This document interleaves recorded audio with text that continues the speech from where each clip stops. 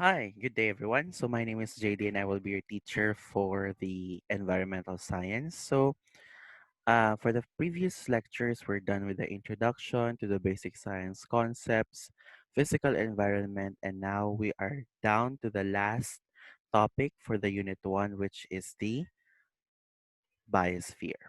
Okay, so environmental science class again is GE 11A offered at TUP under the Basic Arts and Sciences Department.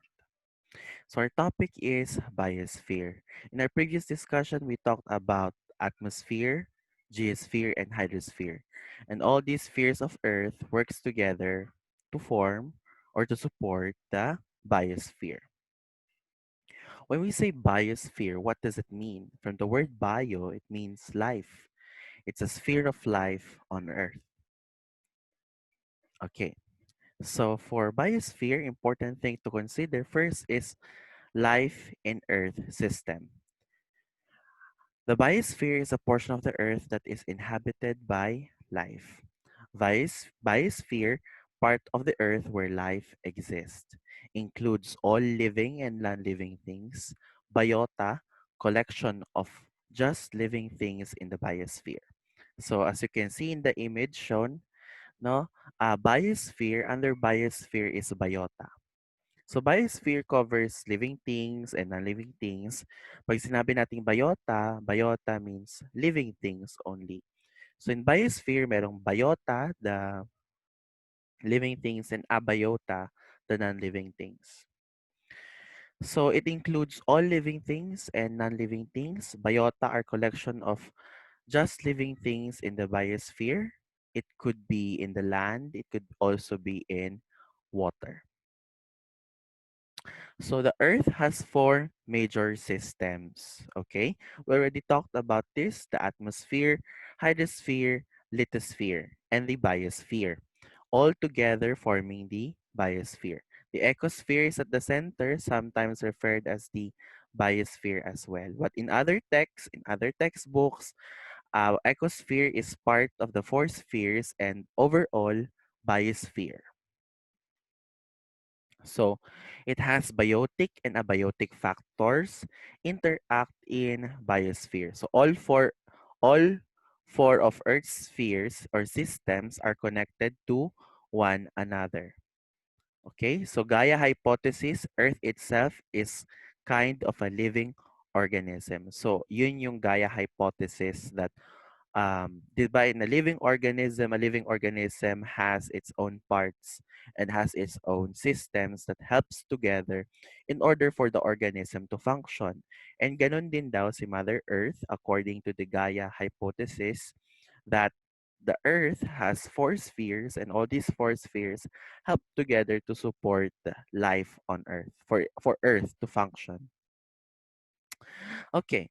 So, when we talk about ecosphere, maganda na daanan din natin yung ecology. So, what is ecology? Ecology is the study of interactions of organisms with the environment and with each other. Okay? So, before we proceed to the next topics, let's have some definition of terms to define kung ano nga ba yung mga terms na gagamitin natin in understanding ecosystem. So, habitat, the specific environment an organism lives in, includes biotic and abiotic factor present in its surroundings. So every organism has its own habitat. Again, organism, an individual living thing. Habitat is where organisms live. So different species or different animals lives in various habitat depending on the nature of the animal or the organism or the plant. No, you cannot put a different species that is not compatible to its habitat. Okay. Next is population. A group of individuals of the same species living in a particular geographic area. So if you say a population of this of humans, population of birds, population of fish, no, it is a group of same species. Okay. Community, an assemblage of all population of organisms living close enough together for potential interaction, all of the biotic factors in the environment. So example, you are living in a biome, no? Merong population doon ng iba't ibang species. And considering all those population of different species, they are referred as community. Kasi may possible interactions. Example, here in the city, um, it's a community of human beings, but then again, there are also other species na meron, di ba? So there are population of human beings, and there are also population of dogs, population of cats, no? So living together, we call it a community because there is an interaction of various species, plants, even plants, humans, and other animals. So an ecosystem formed by the interaction of a community of organism with a physical environment, dynamic and interrelating complex of plant and animal communities and their associated non-living environment. So an ecosystem, everything accounts, no? And if in an ecosystem, all living things, biotic, and all non-living things, the abiotic, are considered. Different populations of different species is also considered in a community. Sorry. Okay, so an ecosystem can have biotic factors, the living things, and abiotic factors. The biotic factors has producers, consumers, and decomposers, which I think we are already quite familiar of because we discussed this. I mean, nadaanan na natin ito when we were still young, elementary. And the abiotic factors, the abiotic factors naman are the sunlight, atmosphere, temperature, pressure, topography, land, nutrients, and water. So as noticed, these are non-living things, okay? But they support life. They support interaction of life, okay? Ay, yeah. So biotic factors. Okay, biotic factors are living factors in an ecosystem composed of autotrophs and heterotrophs. Okay, so autotrophs are organisms that are capable of synthesizing its own organic substance from inorganic compounds. They can create their own food, produce their own sugar, lipids, and amino acids using carbon dioxide as a source of carbon and ammonia or nitrates as a source of nitrogen. So next is phototrophs, organisms that use light for the energy to synthesize organic compounds include green plants, certain algae, and pigmented sulfur bacteria. So phototrophs can generate their own foods by the process of photosynthesis. But they need, of course, sunlight. Dito papasok si sunlight kasi sunlight is non-living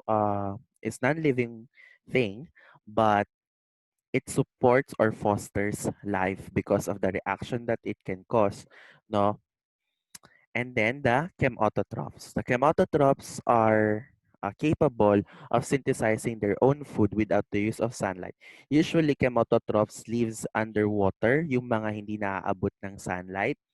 How do these seaweeds or let's say um, different plants living under the uh, water or nasa ilalim siya ng ocean, no, na hindi naaabot ng sunlight because sunlight can no longer pass through. They use chemautotrophs to generate their own food. Heterotrophs, on the other hand, are organisms that must obtain their energy from organic compounds. Organisms depend on autotrophs for subsistence, all animals and most bacteria and fungi. So plants are autotrophs. Plants can be autotrophs or chemautotrophs or phototrophs. So Plants can either of the three of them, but animals, no, are heterotrophs because they still need to consume their own food. So let's start discussing the scavengers. So the scavengers, animals that feed on dead or injured animals. They clean the earth of organic garbage. Example, as you can see, these are hyena. There's a hyena, and of course, these species feed on dead animals. Yung mga tira na lang ng ibang hayop o di naman kaya mga namatay na hayop, sila na yung kumakain. Next are consumers. So consumers has also certain levels. There are primary consumers, secondary secondary consumers that feed on the producers.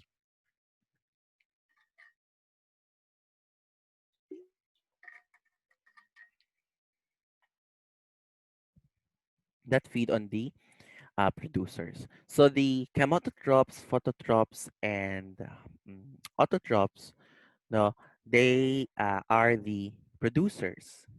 So the consumers would consume these. So we have two kinds of consumers as seen in the figure. Yung nasa taas is a primary consumer, they feed on plants, while the second one is a secondary consumer where they feed on the one who fed on plants. Kakainin niya to.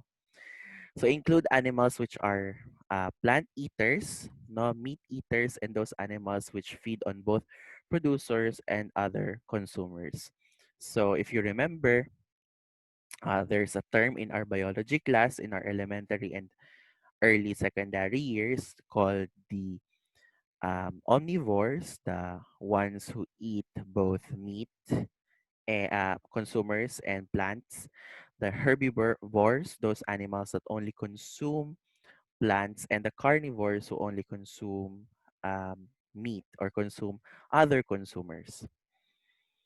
Decomposers are organisms that often fungi or bacteria that break down the organic materials to gain nutrients and energy. So what is the difference of decomposers and scavengers? Scavengers still eats or feeds on what is left.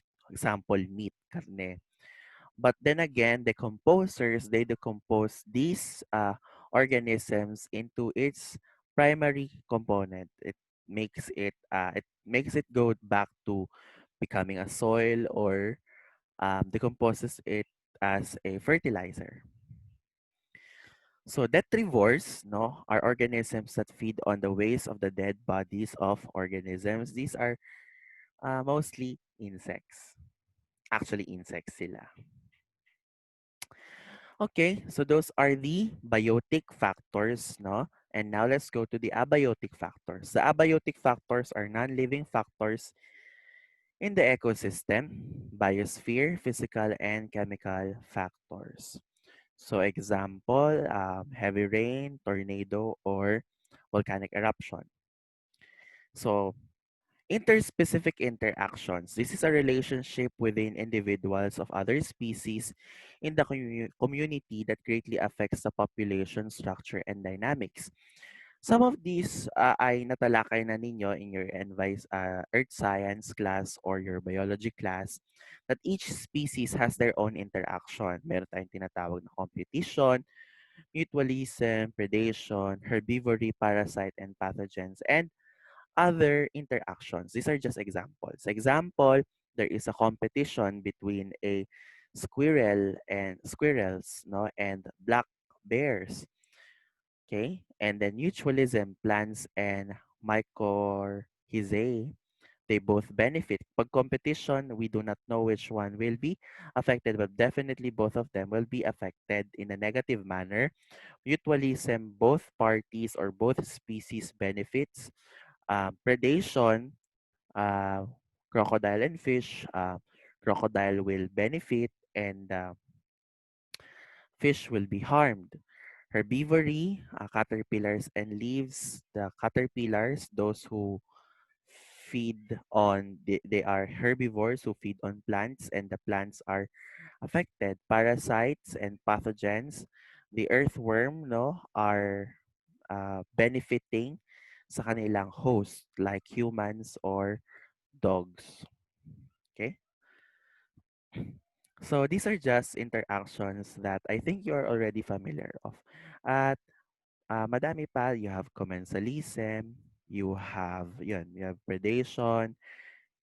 Yeah, okay?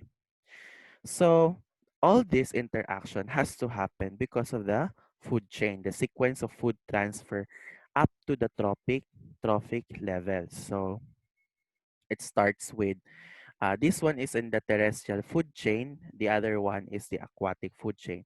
Terrestrial food chain meaning those a food chain that happens in the land. So the plants are being consumed by the flower is being consumed by the grasshopper. The grasshopper will be consumed by the mouse or the rat, and then it will be consumed by the snake, and then the snake will be consumed by the hawk. While on the other hand, the phytoplanktons are consumed by zooplanktons, consumed by herring, consumed by tuna, and then tunas are consumed by killer whale. So each trophic level, no, meron tayong tinatawag na producers, and then primary consumers, secondary consumers, tertiary consumers, and then the quaternary consumers up to the top.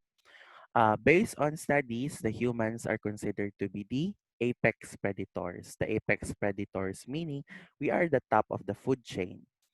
Okay? And there are also other species who are at the food chain. We are not at the top of the food chain because we are strong.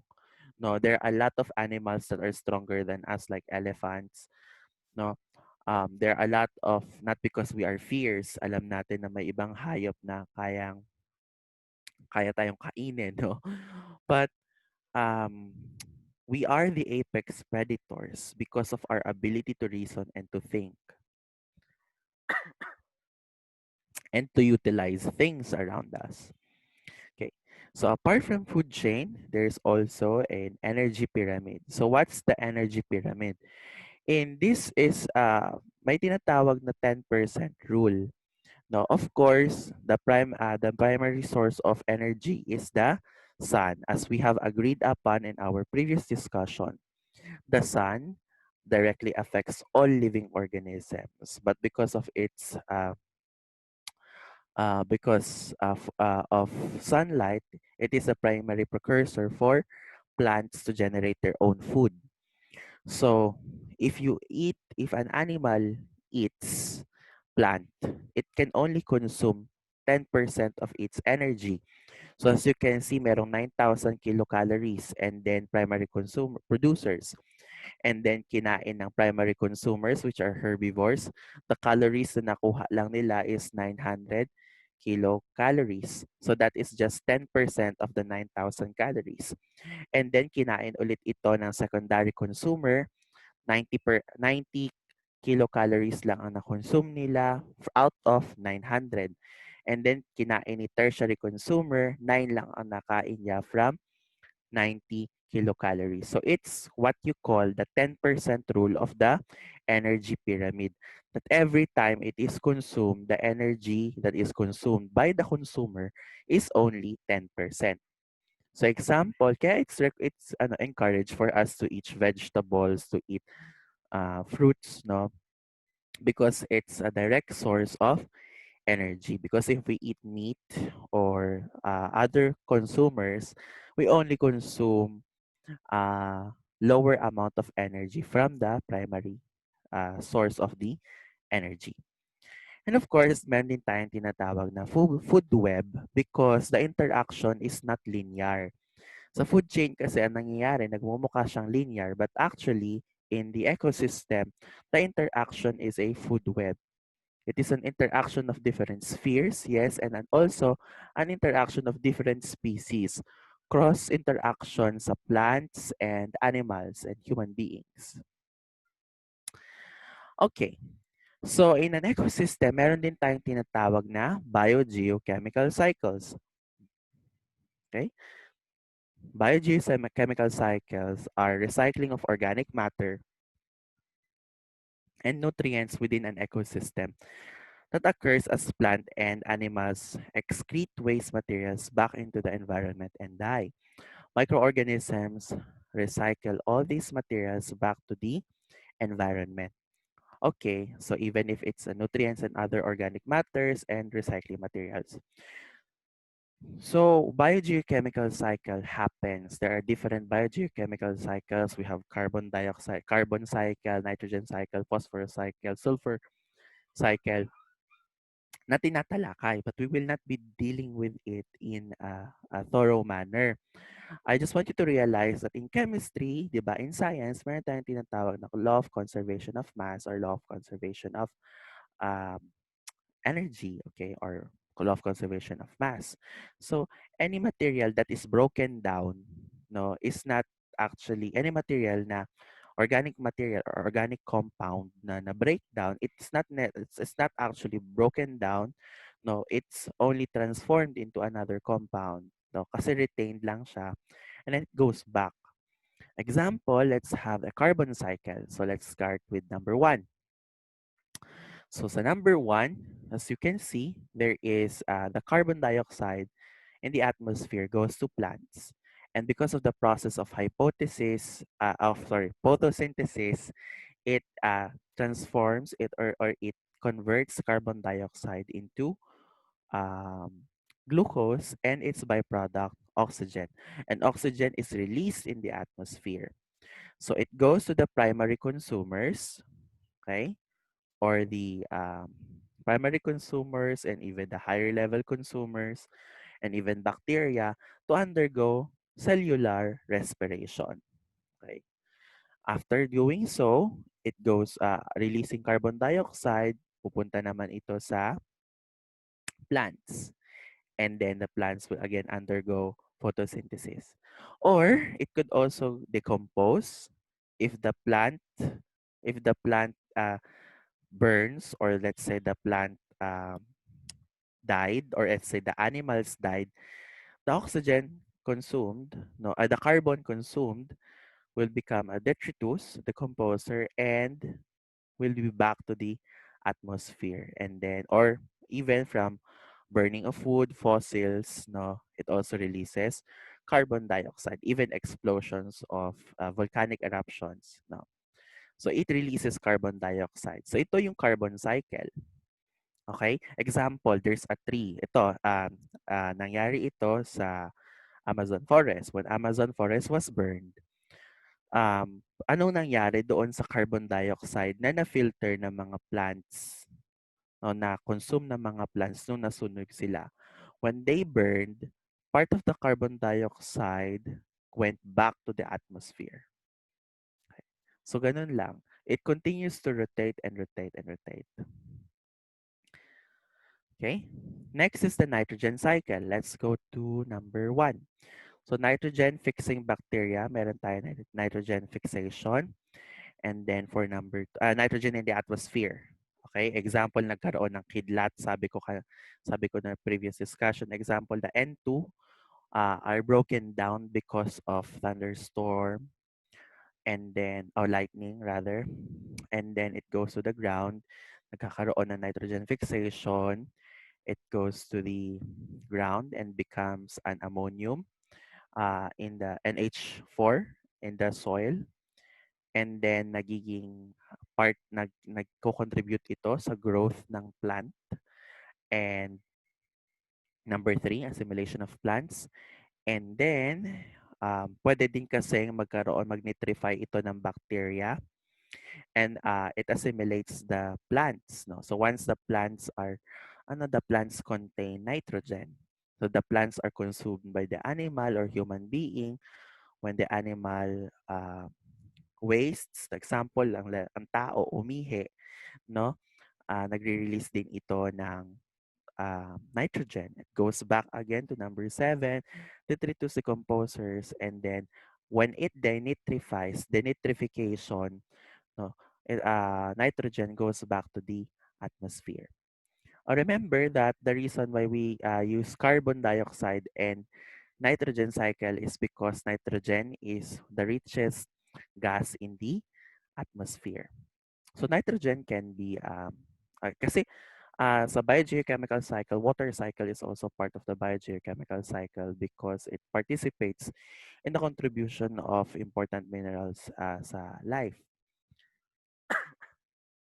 So we have the carbon cycle, the nitrogen cycle, and the phosphorus cycle. So the phosphorus cycle naman, phosphorus, unlike carbon dioxide and nitrogen, can be present in the atmosphere. Ang phosphorus ay hindi po. No, it's only present in the hydrosphere and the geosphere. So phosphates of the rocks, okay, phosphates in soil organic compounds assimilates, no, it's in the plants and then it will be consumed by the animals, detritus and then decomposers of soil. It will phosphate will be transformed in solution kapag yung phosphate ng soil ay nagkaroon ng interaction with the hydrosphere, and then it will precipitate in the rocks and then weathering of rock. So ayun lang. Those are just some examples of the interactions of the biogeochemical cycle in the participation and contribution to the cycle. So, as you can see, in our previous discussions, we highlighted that atoms, no, build up molecules, and molecules build up the cell, and then a cell builds up the tissues, and then the organs, organ systems, the body, and the organism. The organism, as you can see, is part of a population, and a population is part of a community, and a community is in an ecosystem, and that is the ecosphere. Okay, so we're done with the life. This is number one. We're done with the life in the biosphere. Now let's go to climate. No, before we go to climate, let's just simplify that the interaction of life, interaction in the biosphere is not only interaction of living things. It's the interaction of living things and non-living things, because non-living things plays a vital role in the existence of living things as well.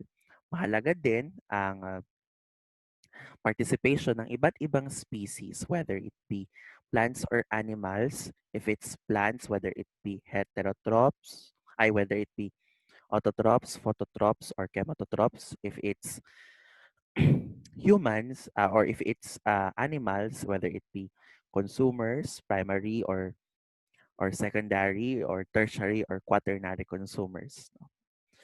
And there are specific interactions for every species. Okay, now let's go to climate. The climate is the prevailing weather of a region. Ano nga bang pagkakaiba ng climate tsaka ng weather na lagi-laging napapagpalit ng iba, no? The number one is weather. Weather is a day-to-day condition. So it could be rainy today, it could be sunny tomorrow. It could be sunny tomorrow, it could be rainy. It could be sunny tomorrow but rainy the next day. Ganon yung weather. But when you say climate, it is a long-term pattern of weather conditions, which is highly influenced by the topographic location of the area. Okay, climate, long-term pattern, weather conditions. So as you can see, this is the world map, and nakikita natin sa baba, no? Kung anong uri nga ba ng kung anong klase nga bang climate meron ang mga continents or countries. Example, let's go to the Philippines. So Philippines has is tropical wet, and at the same time could also be moderate Mediterranean because it's actually hot in the Philippines. So I think it's Mediterranean. And when you go to dry, no? Tingnan natin yung mga dry. We have the Middle East is dry. Sorry. Yeah, dry. For the polar, of course, the tundra is there, the tundra part. And then the permanent ice, this one is a permanent ice already. ice caps. Okay, so key factors that shape an area's climate. Una, the temperature is the key factor. The second is the sunlight, because sunlight really plays a very big role in the interactions on Earth. Water, moist is also part, and also the wind. So land masses also shape climate. Again, the topographic locations are influenced by climate, and the topographic location also influences the climate. Vice versa sila. Coastal areas tends to have smaller changes in temperature. Mountains have large effects on climate, cause precipitation. Sorry.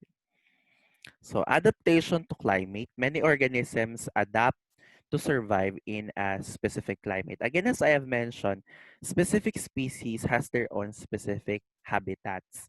So you cannot place a species that is not suitable to the weather, no? So you cannot pull a species from its habitat just because you want it to. So, but there are animals, no, that has to adapt to climate. Okay, number three. So we're done with the climate. Let's go to biomes. Number three. Biomes has six. The Earth has six major biomes. Each biome characterized by a certain set of biotic and abiotic ecosystems. I think you are already familiar with this in your Earth science class. So there are six biomes and two non-biome areas. Okay. So, una ay tropical rainforest, grassland, and then desert, and then temperate forest, taiga, and tundra. So, the green area, the light green area is a tropical rainforest, similar with the most dominant biome in the Philippines, the tropical forest. Okay, let's start with number one. Tropical forest biome, warm temperatures, abundant precipitations, all year lush forest. So this is the species that live in it, no? And this is the temperature. This is in Manaus, Brazil, pero this is approximation to the uh, general approximate temperature ng mga tropical rainforest. So this is the average precipitation and the degrees Celsius. Okay? Example, it's already August. So August is the lowest temperature in the tropical rainforest. Okay. Number two is the grassland biome. The grassland biome. Sorry. So the grassland.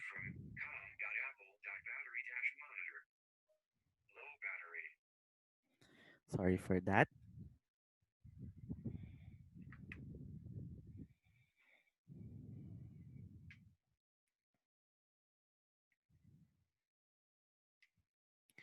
Okay. So, ayan. So, where are we? So grassland biome, we have primary plant life is grass, occurs in variety of climate. So as you can see, dito usually grass, no, mga wheats, and of course, cows or buffaloes can also exist here. Number three is a desert biome. Sorry, the grassland biome, and then the desert biome. Arid environment, little precipitation, four types, hot, semi-arid, coastal, and cold. So as you can see, this exists in Central America and other deserted biomes. So ang mga magsusurvive dito specifically could be plants that are really watery, like cactus, na meron silang stored water, and of course, animals that can survive with uh, that can survive sa mga places where uh, usually cold-blooded animals can also exist here, like lizard, because it's hot. Okay, so their body can adapt with the heat. Let's go to temperate for okay.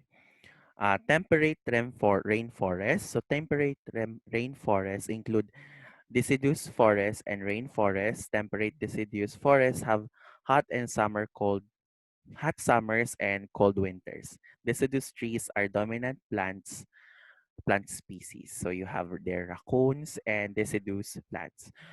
Deciduous plants like maple trees. Number five, taiga. Taiga found in cool northern climates, long winter, short summer, small amount of precipitation. So the increase in temperature is not very often. No, it's cold.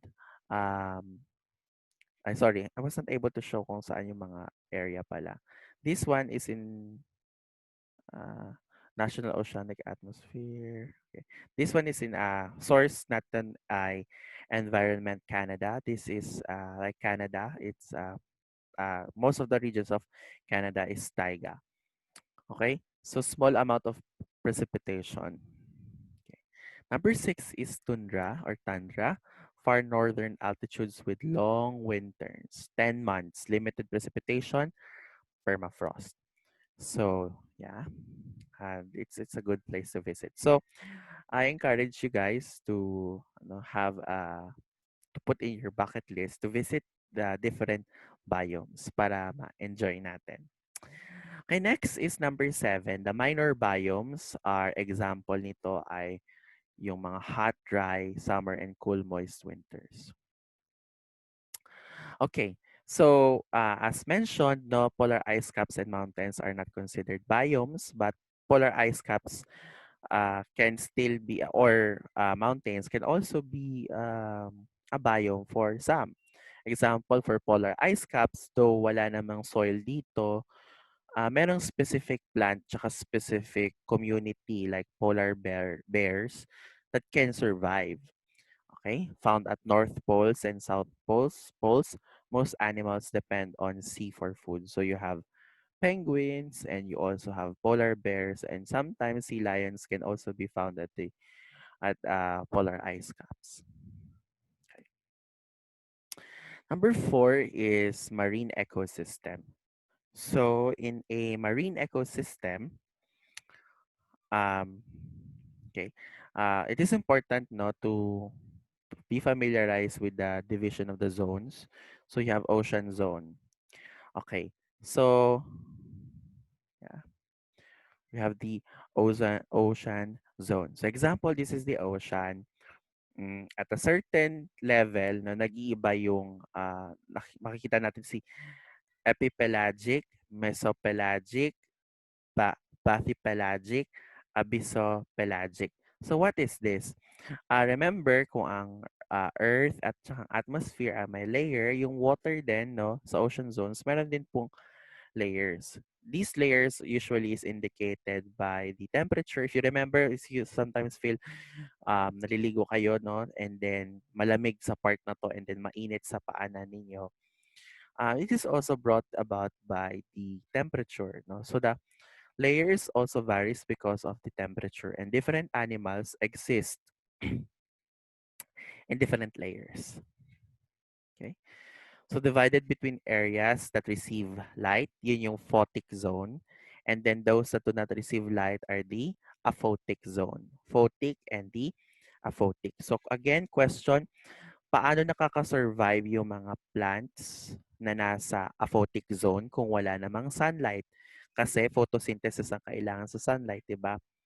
Ang sagot dyan ay yung mga plants na nasa ilalim ng lupa, they are not phototrophic but they are chemototrophs. They just need a certain chemical reaction or certain compounds in order to create their own food and create their oxygen. Kaya nagkakaroon ng dissolved oxygen sa ilalim ng tubig.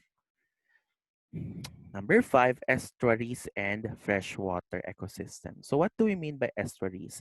Estuaries are dynamic environment where rivers flow into ocean. The estuaries are partially enclosed body of water formed where a river flow into the ocean. So usually, 'di ba, if you have a river, saan sa lahat ng river tutumbok 'yan sa dagat, or hindi man lahat, most of the rivers tutumbok 'yan sa dagat. And the transition from the river to the ocean are called estuary. Now, not all animals can survive this. Kaya nga may mga freshwater animals at may mga saltwater animals. There are only few animals that can survive in the estuary. Kasi, again, some animals require salinity, some animals do not require salinity in order to survive. Okay? So, estuaries are mix of fresh and salt water. River carries a lot of nutrients. Large number of species thrive. Our high productive ecosystem provide refuge for many species and spawning grounds. Over 80% of estuaries have lost to land developments. Okay. Freshwater ecosystem includes moving and standing water. Freshwater ecosystem like rivers, streams, and wetlands among most productive ecosystems on Earth. And if you remember our discussion sa water, ilang percent lang ang drinkable. The drinkable is approximately 3% or 2.8%. Pero sa 2.8% na yun, ang pwede lang natin ma-access ay nasa 0.3% lang po. Okay?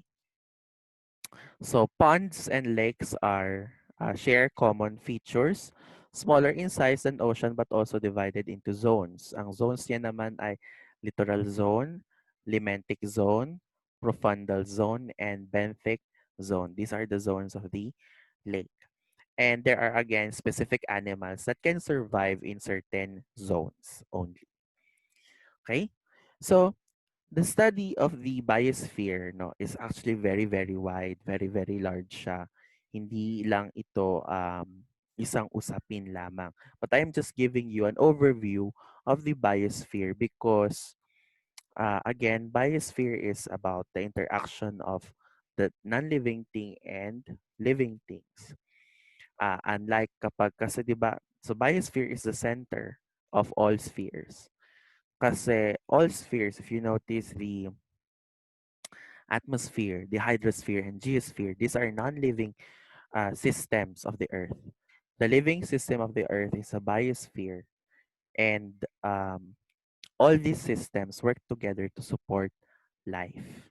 Diba, nandyan si sun, no? It's an external system, but it participates in supporting life. So, that would be for the unit 1. So, if you have any questions or clarification, please feel free to email me or comment at the comment section of the video. That's the end of the unit 1. We already discussed about basic science concepts. We already discussed about the physical environment and the uh, biosphere. No, so after this, we're going to have your unit exam. This is the end of the unit 1. So please prepare yourselves for the unit test 1 and for the um, next topics. The next topics will be more complex because this is now the interaction of the environment and the humans. Okay? Have a great day, everyone. Bye bye.